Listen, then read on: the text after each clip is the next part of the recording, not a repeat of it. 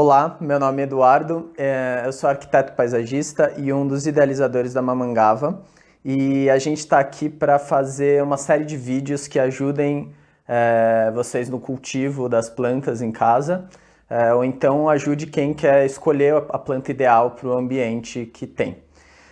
Então, nessa série de vídeos, o primeiro tema vai ser luminosidade, que eu acredito que é o primeiro realmente fator que a gente tem que levar em consideração quando a gente vai escolher uma planta para ter em casa ou escolher um ambiente para colocar uma planta que a gente já tem ou que a gente queira comprar. A Mamangava, ela tem um objetivo de conectar as pessoas a seus ambientes naturais. Então a nossa meta é vender plantas nativas e, junto com isso, fazer com que as pessoas conheçam o ambiente em que essas plantas vivem e assim se reconecte com os nossos biomas, com o objetivo final de termos mais protetores das nossas florestas, dos nossos ambientes naturais. Então, eu vou traçar um paralelo entre a nossa casa e os ambientes em que essas plantas ocorrem naturalmente. Porque a gente acredita que essa é a melhor forma de você cuidar das plantas. Cultivo de planta nada mais é do que reproduzir o ambiente onde ela ocorre naturalmente, onde ela evoluiu para existir naquele lugar, e a gente tenta reproduzir o máximo possível dentro da nossa casa. E luminosidade é um dos principais pontos. Dentro da natureza, existem vários tipos de luz, vários graus de luminosidade dentro de um ambiente natural. As plantas, elas são seres autótrofos, o que significa que elas produzem seu próprio alimento e elas precisam da luz solar para fazer isso, através da fotossíntese. Então, não adianta a gente querer ter uma planta num lugar que não tem nenhum tipo de luminosidade. Mesmo quando a gente fala que uma planta é de sombra ou uma planta é de meia sombra, não significa que ela não precise de luz. Todas as plantas precisam de luz em diferentes níveis. Na floresta, eu vou usar a floresta como um exemplo, mas existem vários tipos de ambiente, vários biomas. No próprio Brasil a gente tem a Caatinga, o Cerrado, os campos abertos, que são diferentes da luminosidade da floresta. Mas a floresta tropical, ela é um ambiente que tem vários níveis de luminosidade. E aí eu vou tentar traçar um paralelo entre o tipo de planta e o tipo de luminosidade que ela precisa para sobreviver e que ela se adaptou naturalmente para viver nesse ambiente. O primeiro tipo de luz que a gente vai ter são as plantas que precisam de uma luz direta, que em alguns lugares a gente chama de pleno sol, luz direta, enfim, tem várias nomenclaturas, mas existem plantas que precisam de raios solares direto nas suas folhas por um período mínimo de tempo. Na floresta, essas plantas seriam as árvores, sobretudo nas florestas fechadas, que lutam, que brigam ali por quem consegue mais luz, e elas ganham em altura. E por isso a gente tem essas árvores tão grandes dentro da floresta que buscam luz em diferentes graus. A luz direta na nossa casa é exatamente onde, próximo de uma janela, ou no quintal, ou numa varanda, ou até dentro de casa, mas onde essa luz entra diretamente. Para a gente entender um pouco mais, a luz direta é a luz em que, se a gente ficasse, a gente teria a pele queimada. A gente teria que passar protetor solar para ficar nessa luz. Então, essa é a luz que as plantas de pleno sol ou de luz direta precisam. Depois das plantas de pleno sol, a gente tem as plantas que vivem abaixo da copa dessas árvores, na floresta. Essas são, antes de chegar na área do solo mesmo, a gente tem uma série de plantas que vivem nos troncos das árvores. E esse é um bom exemplo de plantas que gostam de luminosidade, mas normalmente elas não recebem sol direto, justamente porque elas estão embaixo da copa das árvores. Essas plantas epífitas, que nascem grudadas a outras plantas, elas recebem uma luz filtrada pelas folhas dessas plantas maiores.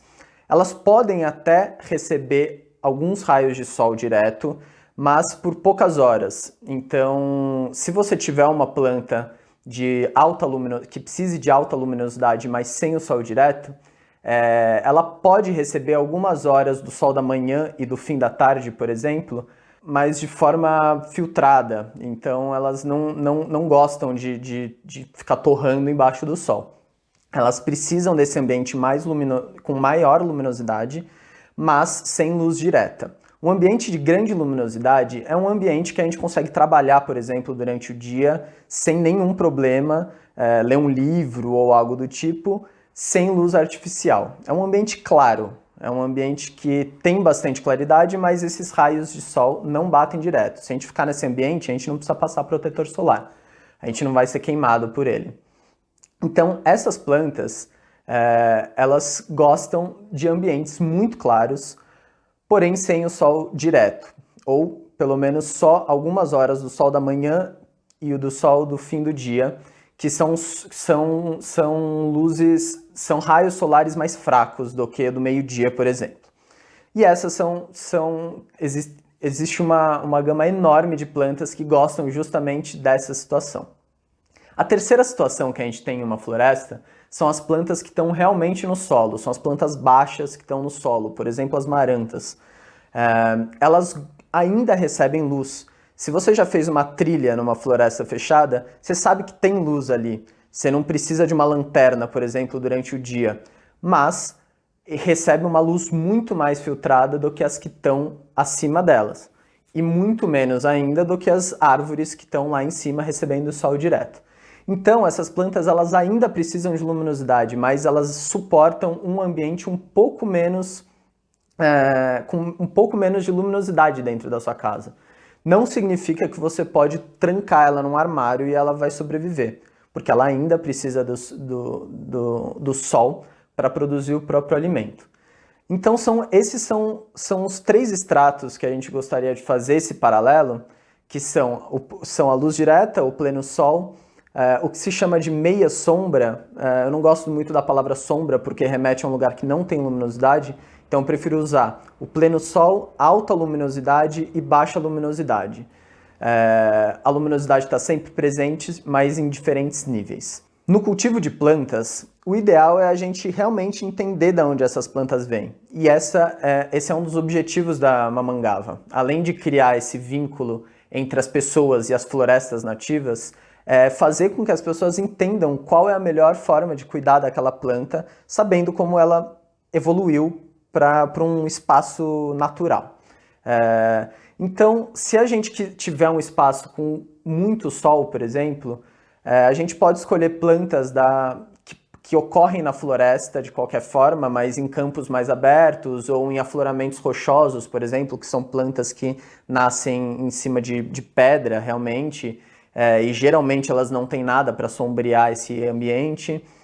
Ou plantas na caatinga, a maioria das plantas da caatinga são plantas que aceitam bastante sol, plantas de cerrado, de campos abertos, enfim, existe uma infinidade de plantas.